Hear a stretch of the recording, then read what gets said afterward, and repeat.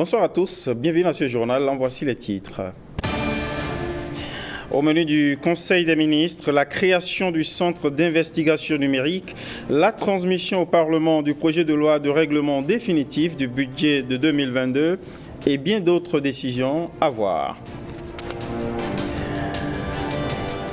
Bonne nouvelle pour le département de Gaston d'Ossoué, hausse de 15% du budget consacré à l'agriculture, l'élevage et la pêche au Bénin en 2024, 115 milliards de francs CFA pour intensifier les programmes et projets de transformation agricole du Bénin.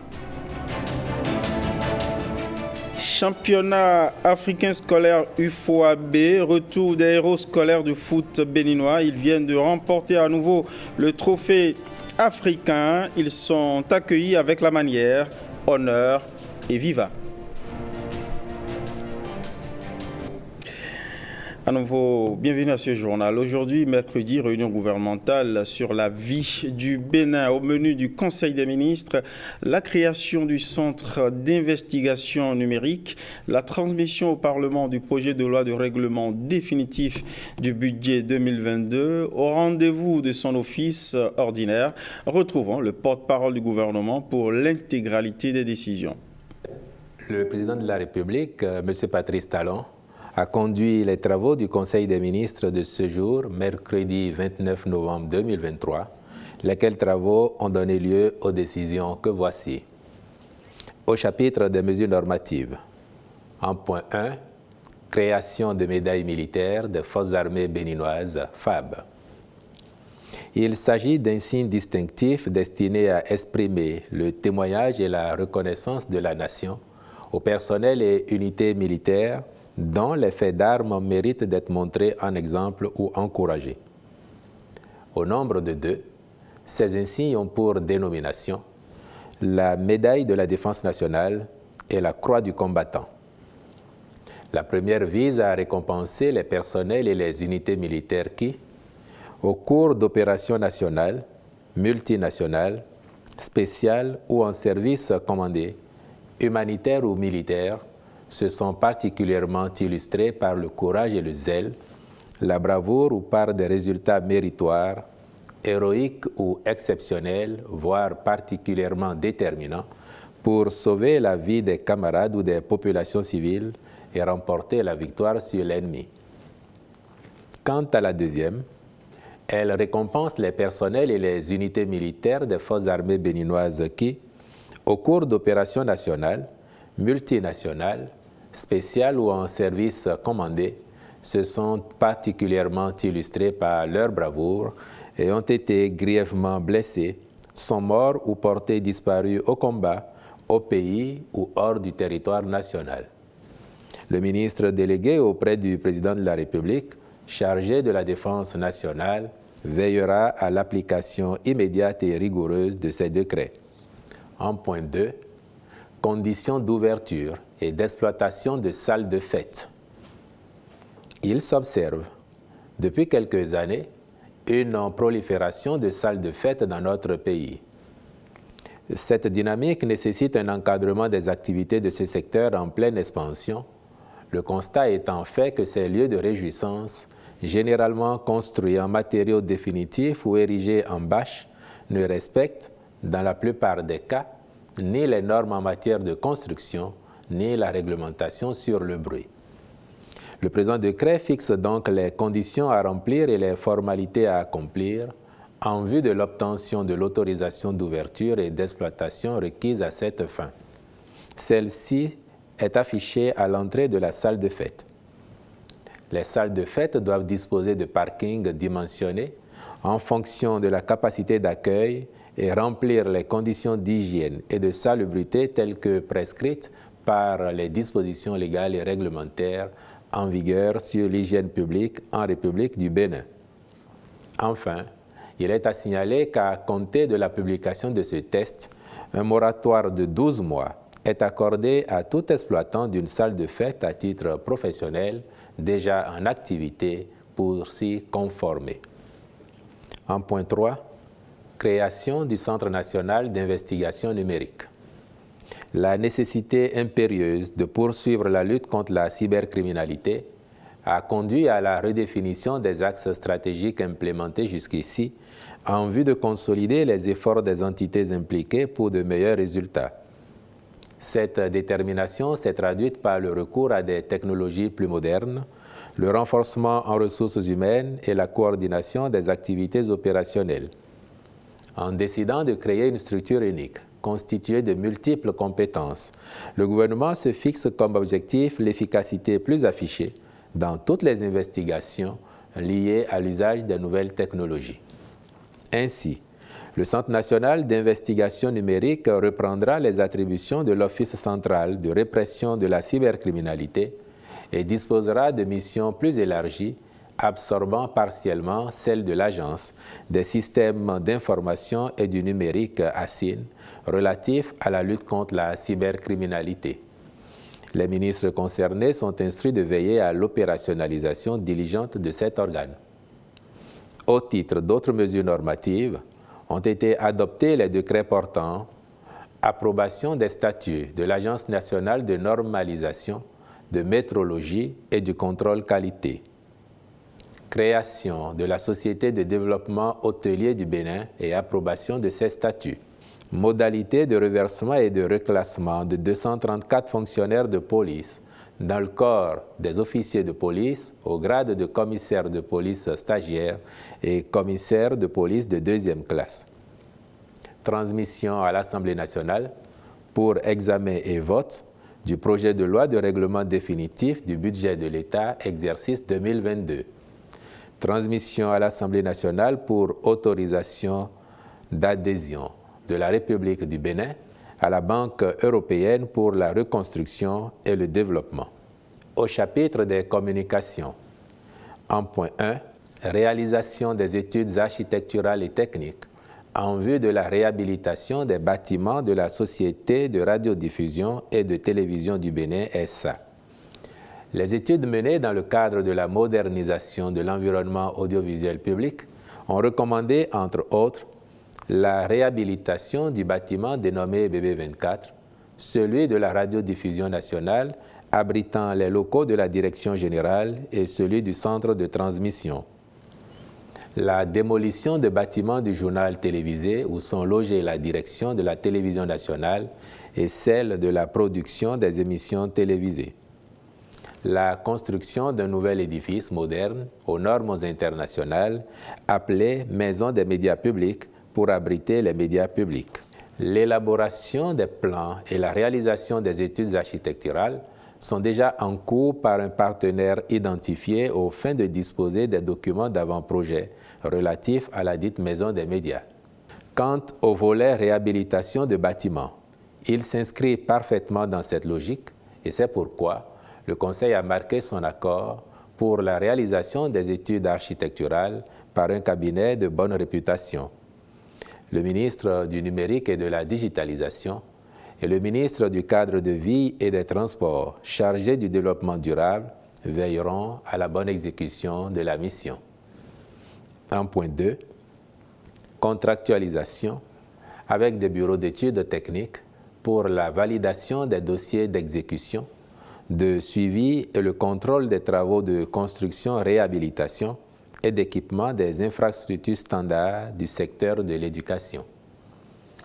Dans le but d'assurer une supervision adéquate des travaux qu'elle exécute, l'Agence pour la construction des infrastructures du secteur de l'éducation assise a retenu de réorganiser la maîtrise d'œuvre, le suivi et le contrôle.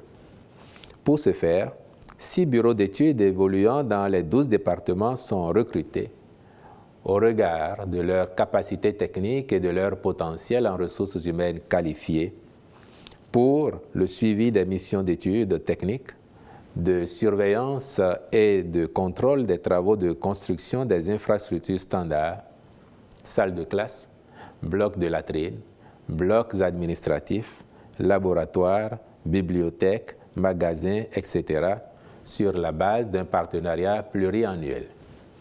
En appréciant les résultats issus de la consultation, le Conseil a autorisé la contractualisation avec les prestataires identifiés. En point 3, mise en stage pratique de 30 médecins et paramédicaux en chirurgie cardiaque, dans des hôpitaux étrangers. Dans la perspective de la réduction des évacuations sanitaires de patients de notre pays pour des affections cardiaques, mais surtout en vue de favoriser leur prise en charge sur place au Bénin, un pôle dédié au développement de compétences en chirurgie cardiaque a été institué au Centre national hospitalier universitaire HKM de Cotonou. Grâce à cette initiative du gouvernement, un groupe d'experts internationaux effectue des missions périodiques pour des interventions, facilitant ainsi le transfert de compétences à une équipe de 30 médecins, praticiens et paramédicaux. Ceux-ci sont notamment des médecins spécialistes en chirurgie cardiaque, en cardiologie et en anesthésie-réanimation, ainsi que des paramédicaux spécialistes en circulation extracorporelle, en anesthésie, en réanimation et en infirmerie du bloc opératoire spécifique à la chirurgie cardiaque. La mise en service du Centre hospitalier international de Calavi étant imminente, il est impérieux que le pôle de chirurgie cardiovasculaire thoracique dispose de ressources humaines qualifiées et en nombre suffisant. À cet effet, le renforcement des capacités des 30 praticiens et paramédicaux à travers une immersion dans des hôpitaux étrangers recevant un flux important de patients à opérer en chirurgie cardiaque s'est révélé pertinent. Aussi, le Conseil s'est-il prononcé en faveur de leur mise en stage dans des hôpitaux publics et privés européens et instruit les ministres chargés du dossier de veiller au bon déroulement du dit stage. En point 4, exécution du programme de réfection de pistes rurales et de routes en terre classées pour la campagne 2023-2024. Les travaux à réaliser portent sur un linéaire de 12 943 km 60 de pistes rurales et 2 678 km 552 de routes en terre classées dans tous les départements à l'exception du littoral. Ils interviennent surtout dans le cadre de l'entretien périodique de ces pistes et routes dans le but de faciliter l'accès aux zones de production et de permettre aux producteurs des diverses régions agricoles l'écoulement sans difficulté des produits vers les lieux de transactions commerciales. La contractualisation avec les entreprises et les bureaux de contrôle en capacité d'assurer la bonne exécution des travaux a été autorisée. En point 5, compte rendu de pratiques illicites d'organisations non gouvernementales prétendant effectuer des contrôles dans les marchés, bars, restaurants et magasins.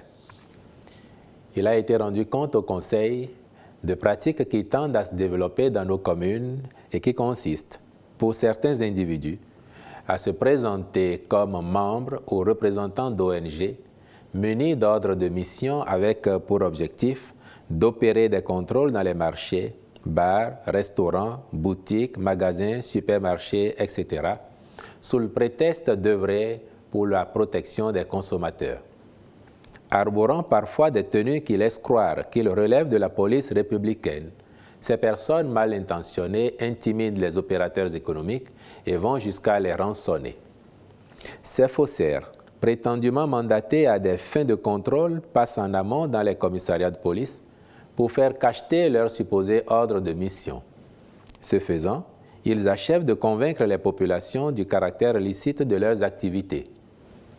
Au regard de la gravité de ces comportements, il y a lieu de rappeler que seuls les services compétents de l'État sont habilités à faire des contrôles conformément aux attributions des ministères concernés. C'est pourquoi le Conseil invite les opérateurs économiques et les populations à la vigilance et les exhorte à dénoncer les auteurs de ces agissements en vue de les faire traduire devant les juridictions compétentes. Des instructions ont été données aux ministres concernés pour un meilleur encadrement des missions de contrôle et pour que les personnes déjà appréhendées répondent de leur forfait. Au chapitre des rencontres et manifestations internationales, ont été autorisées sous cette rubrique l'organisation au Bénin, au cours des mois de novembre et décembre 2023, de la campagne nationale de sensibilisation dans le cadre de la journée pour l'élimination des violences faites aux femmes et aux filles. La participation du Bénin à la table ronde des bailleurs de fonds pour le financement des projets de la stratégie de développement des pôles énergétiques et du programme régional de développement de l'économie numérique du 27 au 29 novembre 2023 à Abidjan, en Côte d'Ivoire. Enfin, au chapitre des mesures individuelles, les nominations ci-après ont été prononcées. Au ministère de l'Économie et des Finances, en charge de la coopération, directrice générale des douanes, cumulativement avec ses fonctions actuelles, Mme Adijat Hassan Zanouvi. Directeur général adjoint des douanes, M. Aimé Ivan Karejire. Au ministère de la Justice et de la Législation, après avis du Conseil supérieur de la magistrature, à la chancellerie, collaborateur au cabinet du garde des Sceaux, M. Seivi Justin Benameto. Collaborateur à l'inspection générale des services judiciaires, messieurs Armand Gounon, Abd Galeb Mohamed Adeleke Chabimama, Alain Martial Georges Bokor, assurant les fonctions de secrétaire permanent. Collaborateur à la direction de la protection juridique et judiciaire de l'enfance, M. Herbert Solevo. Collaborateur à la direction des affaires pénales et des grâces, messieurs Kokou Agbezongue Bernardin Huyovi, Lié Norbert Dadjo. Dans les juridictions, Cour d'appel de Cotonou, Président, M. Agboton Alexis Metaou. Conseiller, M. Ayinla Mohamed Hakim Abdoulatif. Premier substitut général, M. Léon Pape Parfait Médéton Yawénou. Tribunal de première instance de première classe de Cotonou. Deuxième substitut du procureur, M. Aouzouvé Alphonse Amoussou. Troisième substitut du procureur en charge du pôle des mineurs, M. Yadelin Justin Seglet. Tribunal de première instance de première classe de Porto Novo. Troisième substitut du procureur en charge du pôle des mineurs, M.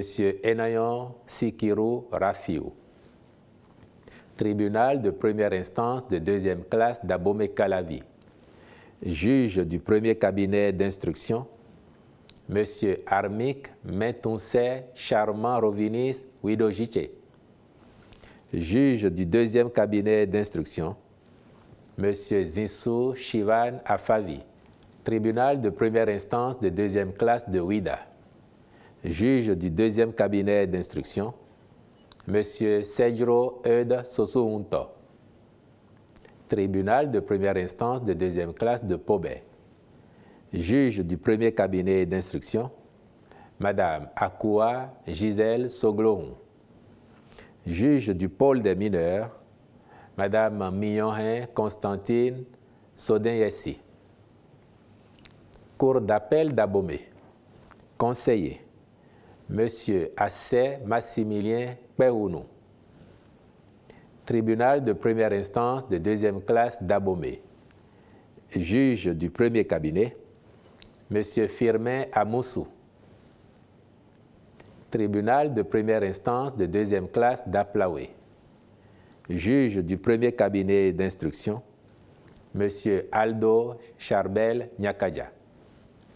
Juge du pôle des mineurs, M. Hodogbe Paulin Awandogbo. Tribunal de première instance de deuxième classe de Savalou. Juge du deuxième cabinet d'instruction, M. Crespin Anselme Nouakpo. Tribunal de première instance de deuxième classe de Lokossa. Deuxième substitut en charge du pôle des mineurs, M. Nicoli Giovanni Judicaël Assogba. Tribunal de première instance de deuxième classe de Commun. Président, M. Eunsa Fortunato Kadjegben. Cour d'appel de Parakou. Président, M. Florentin Baudou. Tribunal de première instance de première classe de Parakou. Juge du pôle des mineurs, M. Sénan Lionel Kadja Koweno. tribunal de première instance de deuxième classe de Natitengu. Premier substitut du procureur, M. Michel Gbenakou Agbodjagbe. Tribunal de première instance de deuxième classe de Kandi. Juge du premier cabinet d'instruction, M. Momboladji Mouazim Chitou. Juge du pôle des mineurs, M. Semiou Assiri. Tribunal de première instance de deuxième classe de Djougou. Juge du premier cabinet d'instruction, M. Enayon Eli Soumao. Juge du pôle des mineurs, M. Huenayon Bamikole Moncho. Tribunal de première instance de deuxième classe de Malanville. Juge du pôle des mineurs, M. Laurent Samuel Justin Babo. Au ministère du cadre de vie et des transports, en charge du développement durable, directeur général de l'Agence nationale de la météorologie, M. Didier Kakpa, je vous remercie. Redéploiement sécuritaire sous le mot d'ordre zéro tolérance aux incivismes sonores et routiers. Le sujet était au cœur d'une rencontre organisée lundi dernier entre le chef de l'État et la police républicaine à la Marina. Le porte-parole du gouvernement revient ici sur l'enjeu et la portée de cette réunion. Le président de la République a entendu échanger avec les responsables de la police républicaine, la hiérarchie et les commissaires du Grand Okoué, tous les commissaires du Grand Okoué. Il s'agissait davantage d'une séance d'échange, de réflexion partagée pour voir comment amener la police républicaine à être encore plus efficace au service de la sécurité et de la quiétude de nos populations.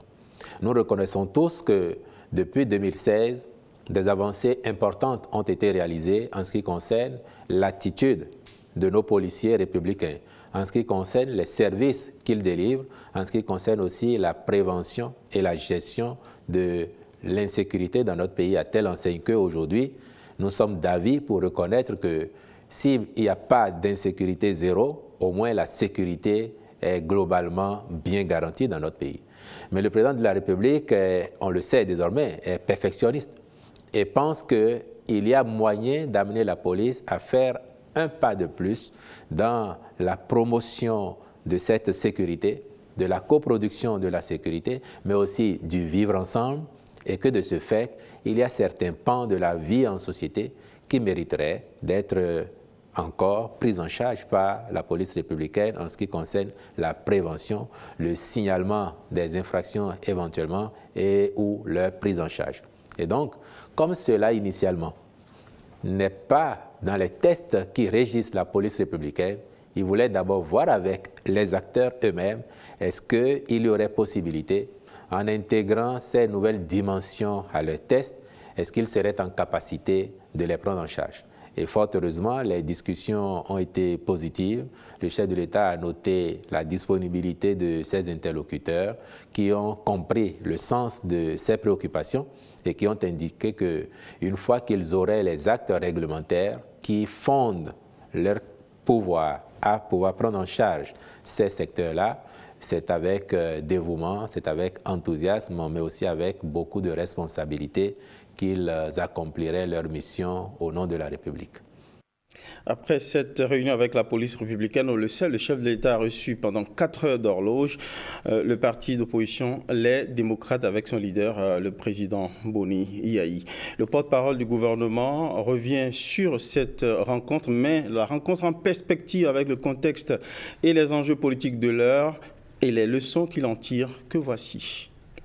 Effectivement, lundi dernier, le président de la République, de son propre chef, il faut le préciser parce que c'est lui qui a été à l'initiative de cette rencontre, de son propre chef, a reçu une délégation du parti Les Démocrates. Et vous êtes intéressé à savoir ce qu'on peut concrètement retenir de cette séance.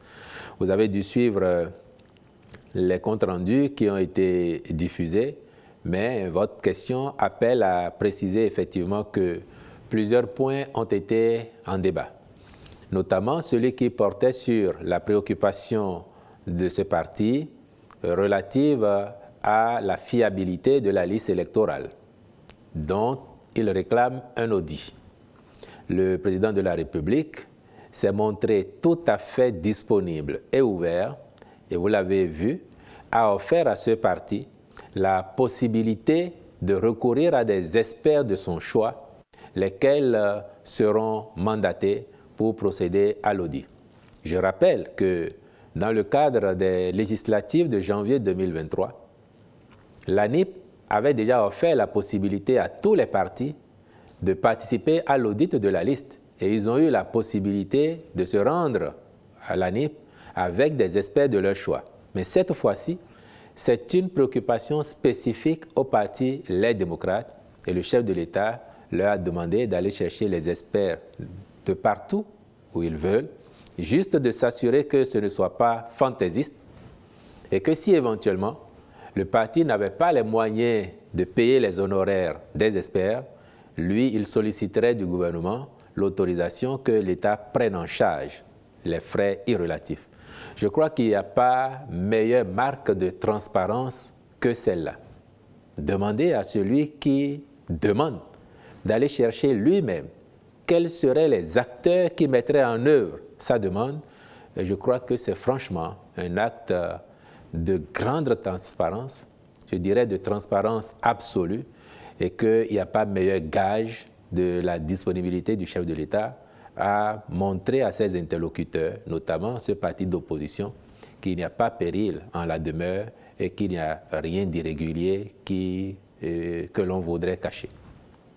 Ensuite, un point qui a été abordé, et vous l'avez entendu, ça a été le plaidoyer de la délégation de ce parti pour l'amnistie en faveur de personnes incarcérées à la suite de violences perpétrées dans notre pays à l'occasion des élections de 2019 et 2021 en particulier.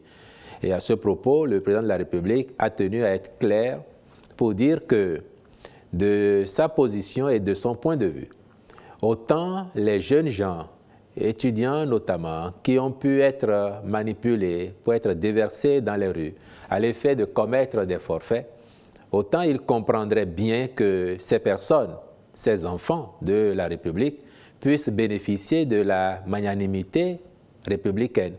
Et à cet effet, il avait déjà instruit le garde des Sceaux d'avoir à instruire le parquet afin que les procédures soient accélérées et que s'il y avait certains de ces enfants dont la responsabilité ou la culpabilité s'avérait, qu'ils étaient condamnés, lui, il se verrait bien en bonne disposition d'esprit pour les gracier afin de sauver leur avenir.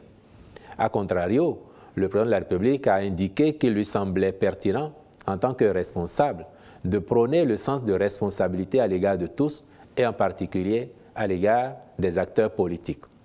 Ce qui veut dire que ceux qui, en raison de leur appartenance à la classe politique, ont pu commettre des forfaits, des infractions graves, ont pu inciter les enfants à commettre ces infractions, seraient en réalité les vrais responsables et que le devoir d'exemplarité ne devrait pas amener un dirigeant politique à les exonérer de leurs responsabilités. Donc, en clair, oui, disposition d'esprit pour que, le cas échéant demain, les enfants puissent bénéficier d'une mesure de grâce. Mais ça encore, la délégation du parti Les Démocrates a eu l'occasion de constater que des instructions avaient déjà été passées et que les choses se feront sans aucun doute en temps et en heure. Par ailleurs, il y a eu un sujet, je dirais, subsidiaire qui a été abordé, c'est celui relatif au soja.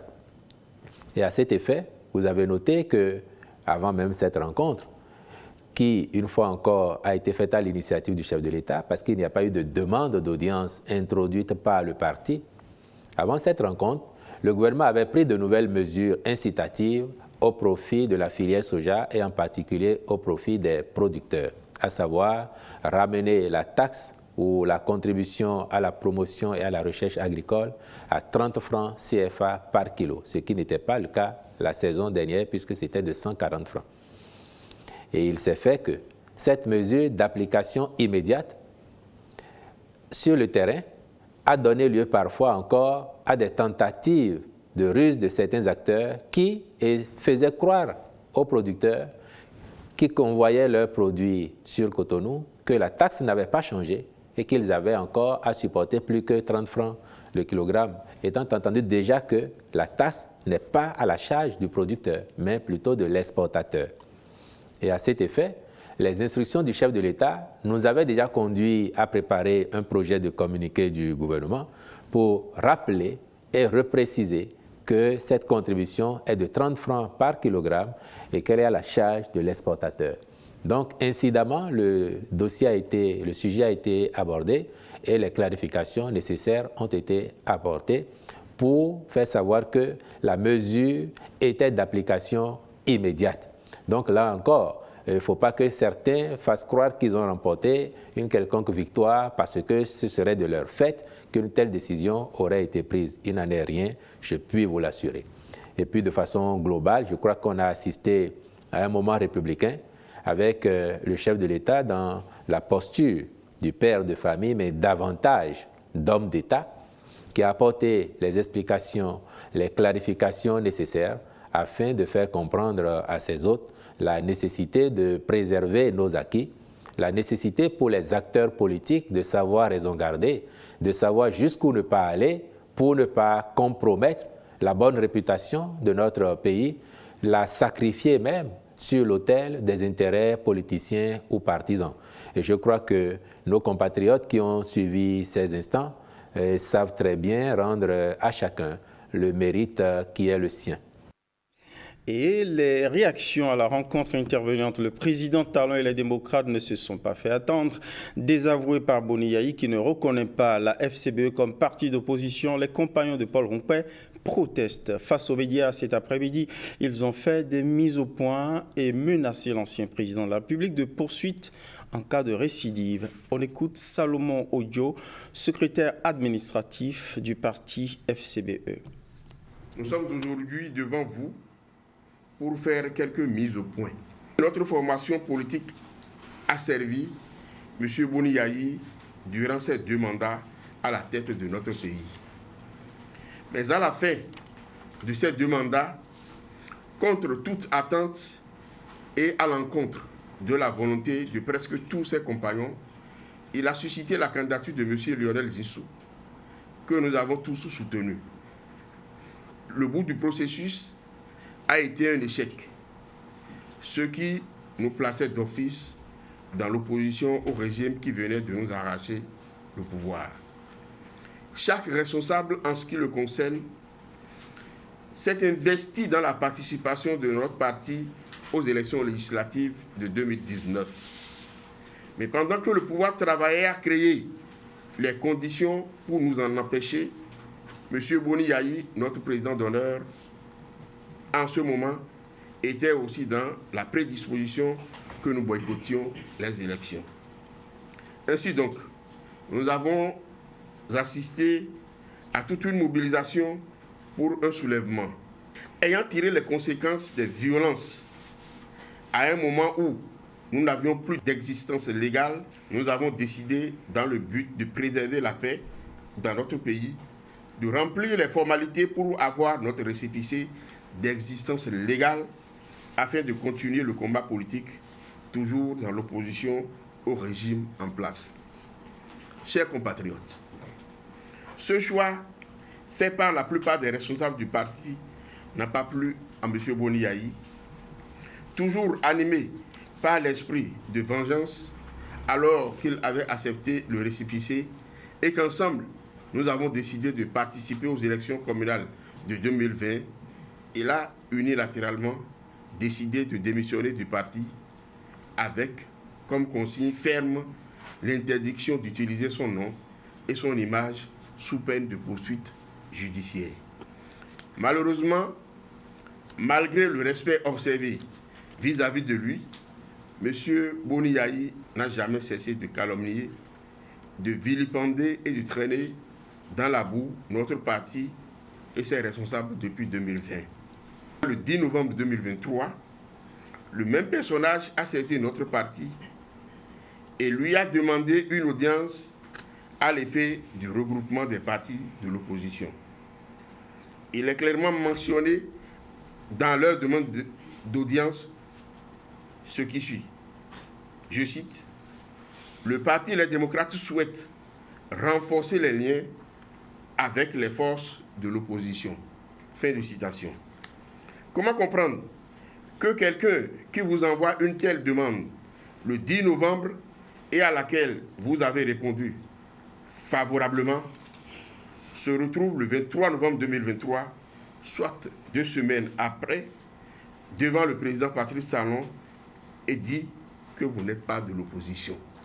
Ces affirmations contradictoires montrent que le président du Parti Les Démocrates perd les pédales et est mu par un esprit de dénigrement, de vengeance, de refus de la contradiction et de la volonté de compromettre à tout prix la paix dans notre pays. Nous mettons en garde le président du Parti Les Démocrates et sa clique de s'attaquer encore aux attributs de notre parti, la FCBE, sous peine de poursuite judiciaire. Voilà donc le cœur de la réaction du parti FCBE qui proteste contre la contestation de son statut de parti d'opposition. Et si on faisait un retour sur quelques points d'attention de la rencontre Talon-démocrate avec cette position du chef de l'État sur une éventuelle retouche du code électoral souhaité et même le système partisan en cours, il ne serait pas opportun de penser à y introduire une quelconque réforme, avertit le président de la République. On l'écoute au micro de Gérard Mouba et de Jean Lombima. J'ai entendu sur les réseaux sociaux que vous voulez proposer qu'il y ait des réformes sur le code électoral. Au-delà des 3 sujets-là. J'espère que ce qu'on a évoqué là, ça s'arrête là. Moi, je ne suis pas au Parlement, mais je vous suggère, je vous en prie, ne démarchez pas, n'entrez pas en discussion au Parlement pour modifier le code dans le sens de remettre en cause le système partisan actuel. Ne remettez pas en cause ce qui concourt à faire des partis forts et gros. Si vous remettez ça en cause, les démocrates, le parti va se casser. Si vous modifiez le code électoral de sorte que demain, si les organes du parti ne positionnent pas Pierre, Paul, Biot ou Jacques sur une liste, et qu'en ce moment ils peuvent partir, aller créer leur liste à part, aller aux élections, si vous faites ça, on retombe dans le passé. Demain, vous n'allez plus maîtriser le démocrate. Ça va devenir démocrate 1, démocrate 2, démocrate 3, le parti va se casser. Si vous faites ce genre de modification, je ne vais pas soutenir. Mais toute modification que vous pouvez faire au code qui va dans le sens du renforcement des partis politiques, du renforcement du pouvoir des partis politiques, de leur grossissement, de leur absorption, même que les partis absorbent les autres partis politiques, je vais soutenir. Parce que c'est l'héritage que j'aimerais laisser, qu'on a contribué ensemble à mettre en place ce système partisan viable, où les grands partis existent et qu'il n'y a plus de multitude de petits partis politiques. Je vais faire l'allusion au seuil de représentativité des listes aux élections. Si on va aux élections, si vous modifiez le code pour dire désormais, pour avoir droit au partage de députés, et qu'on sort, au lieu d'avoir 10% de suffrage recueilli au plan national, vous amenez ça à 1% ou 5%, ou vous sautez ça, vous aurez commis vraiment une erreur grave contre la République. Parce que même pour vous, ça va vous desservir. Ça va faire casser le parti. Président, parce que demain, toute personne qui ne serait pas sur votre liste électorale va créer sa liste à part. Et ça va être pareil pour UP, BR, tout le monde. Donc ne faites pas cette erreur-là. Elle va tuer les démocrates, le parti lui-même. Donc ce genre de réforme, je vous en prie, si c'est destiné à renforcer la chose, je soutiendrai. Si c'est destiné à affaiblir les partis politiques, je ne vais pas soutenir. Et à propos de la liste électorale, faisons écho à nouveau à cette exhortation du chef de l'État aux acteurs politiques. L'une des obligations utiles à la fiabilité de la liste électorale, indique Patrice Talon, c'est la déclaration systématique des naissances et des décès. Le chef de l'État d'inviter les démocrates et tous les partis politiques à en faire la pédagogie. La liste électorale, Monsieur le Président, il faut que la liste, dans tout pays du monde, la liste électorale doit être sincère, établie de manière transparente et refléter la réalité du corps électoral. Le Bénin a travaillé à cela depuis longtemps. Vous avez travaillé à cela. l'EPI a été mise en place, ça nous a coûté de l'argent, ça a coûté de l'énergie, on a fait quelque chose de très bien. La LEPI était une disposition transitoire. En attendant qu'il y ait un modèle de production des listes électorales de manière normale, comme tous les grands pays du monde. Il n'y a que dans les pays sous-développés qu'à chaque élection, on met en place un dispositif pour confectionner la liste électorale. La liste électorale dans les pays développés, et nous aspirons à être un pays développé, nous aspirons à être un pays développé, je vais le répéter, et dans ces pays-là, tout ça devient automatique. Mais il reste une petite préoccupation, Monsieur le Président. Normalement, la liste électorale, les personnes décédées ne doivent plus y figurer. Bien sûr. Parce que c'est un acte du vivant, de celui qui est vivant pour aller voter. Aujourd'hui, quand quelqu'un est décédé et est connu comme étant décédé, la liste est ajustée automatiquement. Donc les décès qui sont enregistrés vont automatiquement dans les bases de données d'état civil. Et cette personne est déclarée décédée, morte. Donc l'extraction de la liste électorale prend en compte automatiquement. On a réussi ça déjà. Mais on a un problème. Dans la plupart de nos localités rurales, dans nos campagnes, les gens ne déclarent pas tous les morts. Les gens perdent leurs parents, ils enterrent le même jour, le lendemain qu'on sort, ils ne déclarent même pas. Une semaine après, 2 semaines après, il y a des gens qui sont morts depuis 1 an, 2 ans, personne n'a déclaré. Donc, la déclaration des décès n'est pas quelque chose qui est rentré comme dans les habitudes des Béninois partout sur le territoire. Et ça, c'est un problème. Comment on va faire pour que l'outil étant disponible, performant désormais, permettant la mise à jour automatique des naissances, des décès et de l'évolution des âges, comment on fait pour que les Béninois, nos compatriotes, qui soient dans un village, dans un hameau ou dans une petite ferme quelque part, dès lors que quelqu'un a quitté ce monde, qu'avant de l'inhumer, que nos parents, nos concitoyens aillent à l'arrondissement, à la mairie, pour déclarer la mort et avoir l'autorisation même d'inhumation. Si nous, les Béninois, commencent à faire ça, nous tous, nous aurons une liste électorale parfaite, qui tiendra compte au jour le jour des décès. Ce n'est pas le cas aujourd'hui. Ça reste, moi, mon objet de frustration. Et je n'arrête pas de dire, sensibilisons les gens. Parlons dans le bout, dire, attention, il faut déclarer les décès pour que notre état civil soit mis à jour au fur et à mesure. Ça, ce n'est pas technique. C'est nos habitudes. L'état d'évolution du pays, de ses concitoyens. Et c'est pour ça qu'il est utile d'afficher la liste électorale. Bien que techniquement ce soit au point, nous avons maintenu qu'il faut systématiquement, avant chaque élection, afficher la liste électorale pour que s'il y a des omissions, les gens puissent s'y inscrire. Et si quelqu'un constate que, tiens, mon père ne vit plus depuis hier, depuis 1 an, depuis 6 mois ou depuis hier, attention, je signale au personnel électoral que telle personne n'est plus vivante pour qu'on tienne compte de ça pour le radier de la liste électorale. Donc la mairie. Donc nous avons encore ce dispositif-là d'affichage qui permet aux citoyens dans les localités de procéder aux corrections nécessaires, même si l'outil technique est parfait, parce qu'en ce moment, ça ne dépend plus de l'outil technique, ça dépend de l'attitude de chacun de nos concitoyens. Et c'est le seul problème que moi j'ai, que nous avons aujourd'hui, le seul problème. Et je voudrais que les partis politiques, UP, BR, FCBE, démocrates, nous fassions de la sensibilisation partout pour dire, aujourd'hui, l'état civil est quelque chose, l'acte de naissance se fait automatiquement. Si quelqu'un est né à la maison ou n'importe où, il faut le déclarer pour qu'il soit pris en compte. Si quelqu'un décède, il faut déclarer le décès. Nous partageons en réalité cette information. Oui, Président, c'est pour dire que c'est le seul problème qui reste. C'est pour ça que quand on veut donner le taux de participation, nous avons tel nombre d'électeurs. Combien ont participé? Le taux de participation ne peut être qu'approximatif. On ne pourra jamais avoir le taux de participation exact. Parce qu'on ne connaît pas exactement le nombre de réels électeurs, parce que là-dedans, on n'a pas le nombre exact des personnes qui sont en vie à cause de défauts de déclaration de décès. Donc c'est le seul problème aujourd'hui, Monsieur le Président, que nous avons au niveau de la liste électorale. Tout le reste, je peux vous dire, techniquement c'est bon. C'est parfait.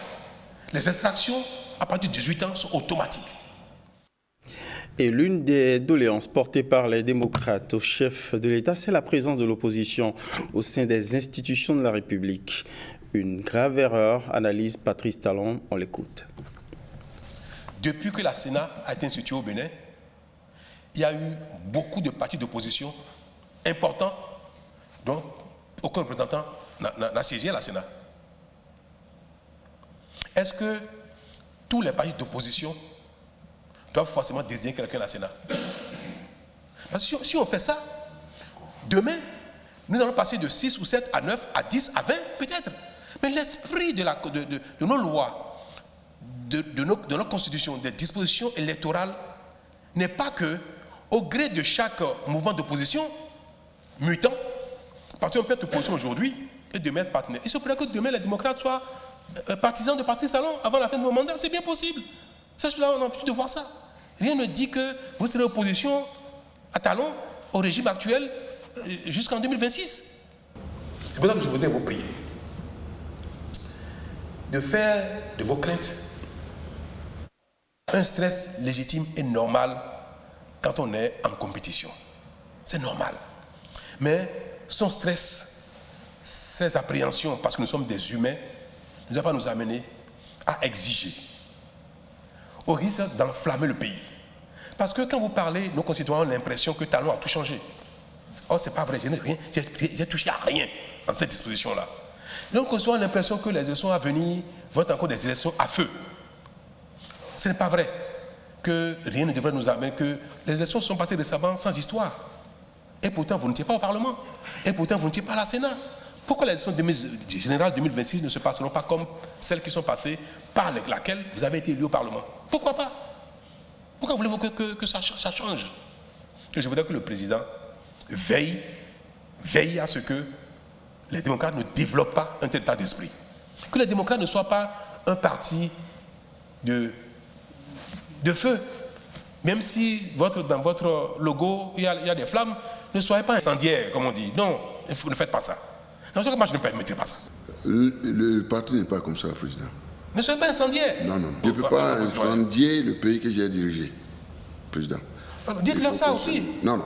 Je préfère vous le dire vous-même. Donc, dites-leur que ce dispositif-là, c'est celui dont vous avez hérité vous-même, monsieur le président, pendant que vous étiez président. Que ce dispositif a fonctionné, ce dispositif continue de fonctionner, mais que peut-être il est temps de changer. Au moins, faites cette nuance-là en disant, bon, c'était notre façon de fonctionner pendant 20 ans, pendant 30 ans, mais nous pensons qu'aujourd'hui, il faut le changer. Ce serait plus équitable de le présenter ainsi. Parce que votre présentation a tendance à faire croire que je suis le responsable de ce que vous appelez insuffisance. Vous reconnaissez que ce n'est pas moi. Et qu'il faut refaire les tests de sorte que, à tout moment, les groupes qui sont reconnus comme tels enlèvent la légitimité à ceux qui y sont, nonobstant la durée du mandat. Ça, on peut le faire. Si vous décidez de le faire, moi, il n'y a pas de problème. On va voter les lois, on va faire le débat avec les gens, on va voter les lois. Mais je vous dis une chose, hein, vous ne serez pas opposants éternellement. Au moment viendra où même vous allez dire, ah, non, on va revenir encore en arrière. Donc, voilà. Je crois qu'on se rejoint. On se rejoint. La libre circulation des personnes et des biens suppose des voies dédiées bien identifiées, avec derrière l'enjeu de bien contrôler les transactions à travers les frontières, sujet convoqué à la rencontre entre le président et les démocrates. On écoute Patrice Talon. Vous êtes député, hein? Oui. Vous êtes amené à construire le pays en tant que responsable politique. Est-ce que vous voyagez beaucoup? Est-ce que les pays sérieux, qui sont même dans une même communauté, je vais prendre la France et la Belgique, qui aujourd'hui sont dans l'Union européenne, où la circulation est libre entre les deux pays, est-ce que les voies de libre circulation ne sont pas connues, fixées, définies et contrôlées? Les voies de la libre circulation. N'est-ce pas? Est-ce que nous avons fermé toutes les voies de circulation entre le Bénin et le Togo? Chacun se lève, il ouvre une voie. Le Togo et le Bénin, ce n'est pas le même pays. C'est deux pays frères, même communauté, mais ce n'est pas le même pays. Et c'est pour ça qu'on ne peut pas laisser chacun ouvrir la voie qu'il veut pour relier, pour aller du Bénin au Togo. La circulation des biens et des personnes doit être libre, ce n'est pas les voies dédiées, les voies qu'on peut contrôler. Parce que le contrôle de l'activité humaine, le contrôle des libertés, la liberté est protégée, mais le contrôle des libertés relève de la responsabilité des gouvernants. Le jour où vous n'avez aucun moyen de contrôler, vous avez failli à votre mission. Les gens circulent. Pourtant, on demande aux gens d'avoir les pièces d'identité. Pourtant, la police est là et regarde ce que font les uns les autres.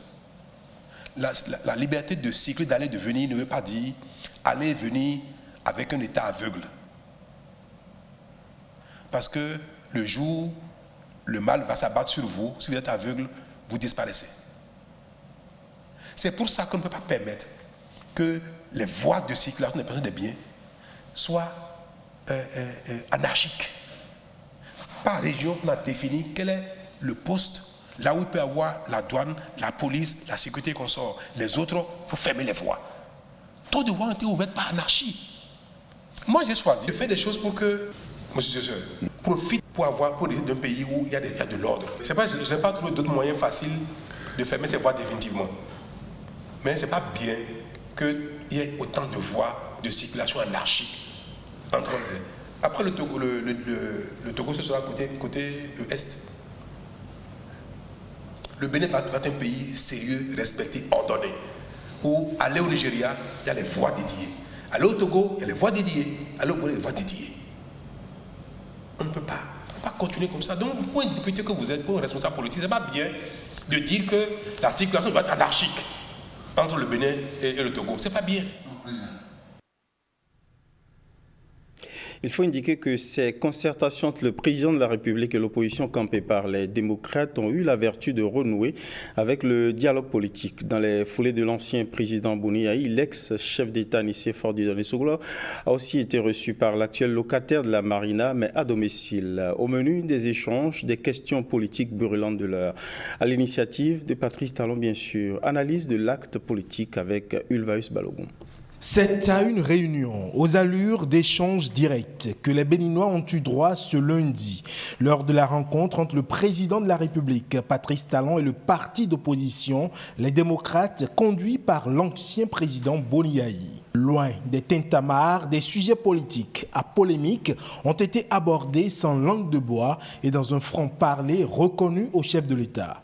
De l'audit du fichier électoral en passant par la question des jeunes étudiants et artisans embastillés, des assurances fermes ont été données par Patrice Talon pour taire les inquiétudes et calmer la tension. Preuve de sa volonté à trouver le consensus autour des dossiers brûlants de l'heure. Une démarche salutaire qui prouve à suffisance que Patrice Talon, homme de paix, n'entend pas déroger à sa volonté d'œuvrer pour la préserver au Bénin.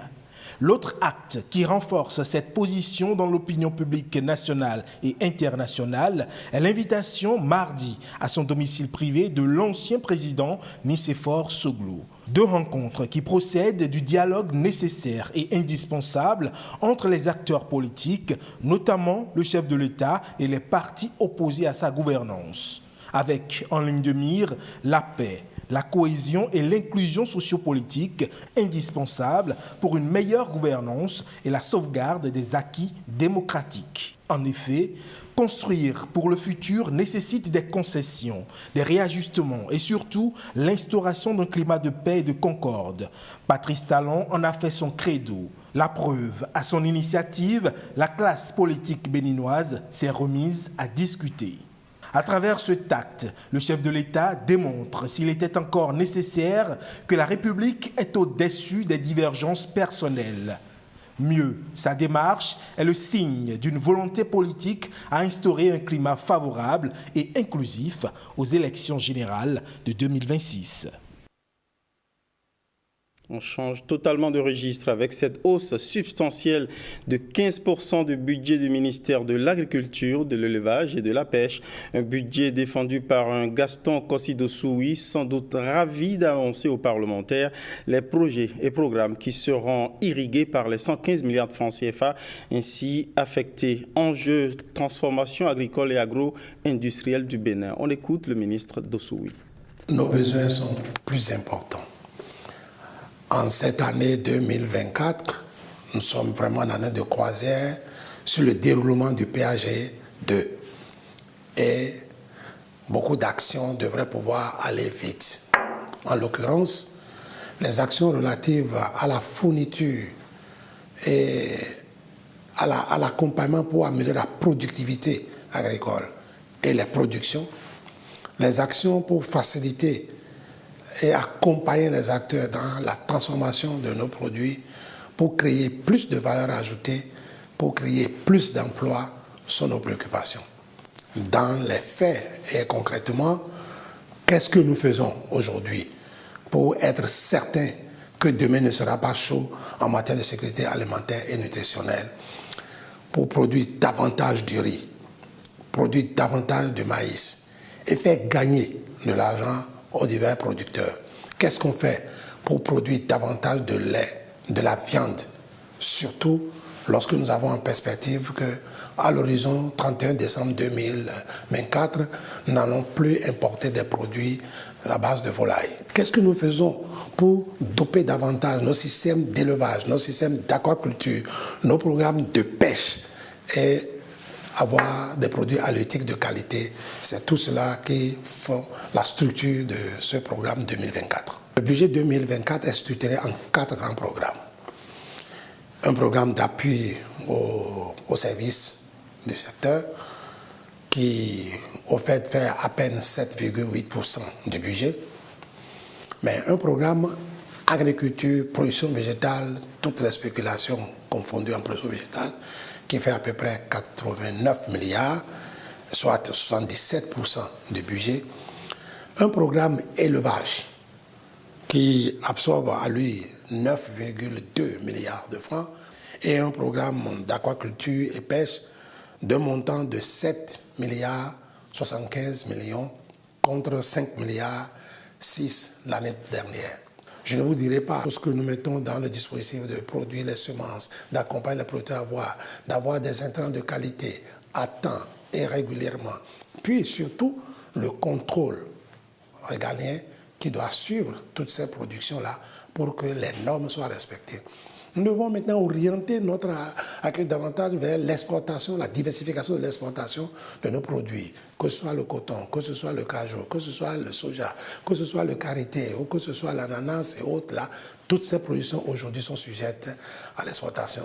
Tenez, j'aurais perdu cette opportunité de vous dire que le marché européen a accepté le mercredi dernier notre première cargaison de crevettes. Et ça, c'est en Suisse. Dans une semaine, la Belgique. Dans 3 semaines, la France. Et si ces pays maintenant finissent par accepter notre crevette, qui devient maintenant de qualité sur notre marché, nous aurons percé davantage ce que nous avons perdu en 2006.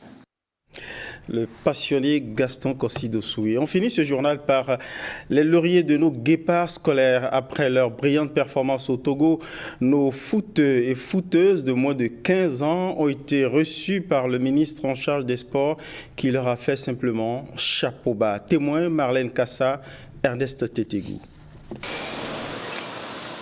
Ils sont de retour, les jeunes footballeurs, hommes et dames U15 qui ont représenté le Bénin au 2e championnat africain de football scolaire. La compétition qui s'est déroulée en terre togolaise a vu les garçons du collège d'enseignement général Sainte-Rita sacrés champions comme l'année dernière. Ouais, les impressions sont bonnes. Ça n'a pas été facile. Après, on revient avec le titre. Donc, vous pouvez vous imaginer la joie qui nous anime. On s'était préparé pour. C'était déjà d'aller reconquérir cette compétition, rentrer à la maison avec la coupe, redonner un peu de la joie au peuple et redonner aussi de la faveur à tout un peuple qui, depuis un certain moment, se plaignait déjà, était triste, tout ce qui concerne le football. Et les enfants l'ont fait.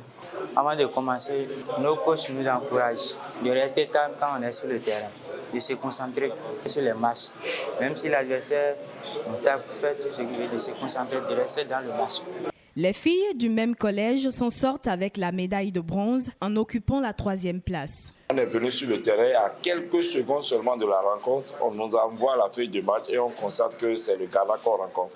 On demande, on dit que c'est un recours que les gens ont fait, que l'UFOA a opéré un changement par rapport aux confrontations, alors que les enfants n'étaient pas préparés pour ce match. Les enfants, on s'attendait à rencontrer le Ghana en finale, donc on n'avait pas mis les tactiques du jeu nécessaires avant le début de la rencontre.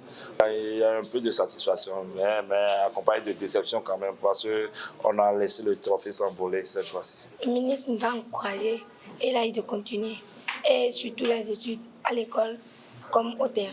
Le Bénin s'illustre de plus en plus à travers ce championnat des espoirs. C'est la deuxième fois consécutive qu'il remporte le trophée de l'Union des fédérations ouest-africaines, zone B.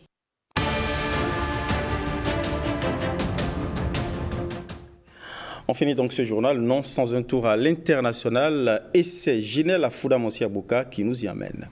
Au Togo, l'opposition craint un scrutin inéquitable après que le gouvernement a repoussé le calendrier des élections législatives. Le gouvernement togolais a déclaré lundi que les prochaines élections législatives et régionales auraient lieu au plus tard à la fin du premier trimestre 2024, repoussant ainsi la promesse faite par le président Faure Singbe en décembre dernier d'organiser des scrutins dans un délai de 12 mois. Nous allons vers un vide constitutionnel. Notre constitution nous oblige à organiser les élections aux 30 jours, au plus tard avant la fin du mandat de cette assemblée. En comptant large, cette fin de mandat arrive à la fin du mois de décembre et ça veut dire que nous aurons une assemblée qui ne reposera plus sur aucune légalité, une assemblée qui constitue la majorité, où se trouve la majorité qui soutient le gouvernement. Ça veut dire que le gouvernement lui-même n'aura plus aucune légalité.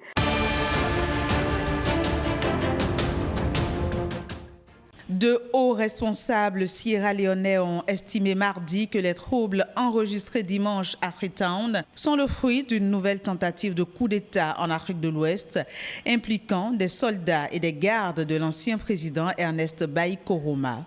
Les instigateurs du coup de force qui a secoué la capitale et aussi fait sortir de prison des centaines de détenus ne sont cependant pas identifiés pour l'heure. Selon le ministre de l'Information, les combats ont fait 21 morts, dont 14 soldats, un policier, un gardien de prison, un agent de sécurité, une femme et 3 assaillants.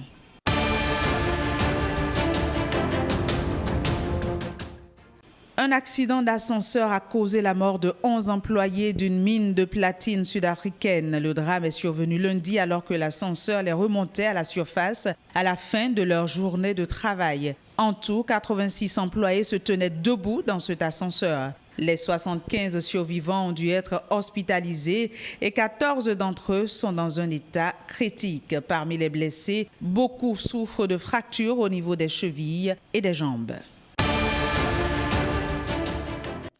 C'est la fin définitive de ce journal. Merci pour votre fidélité. Merci à toutes les équipes. Bonsoir chez vous.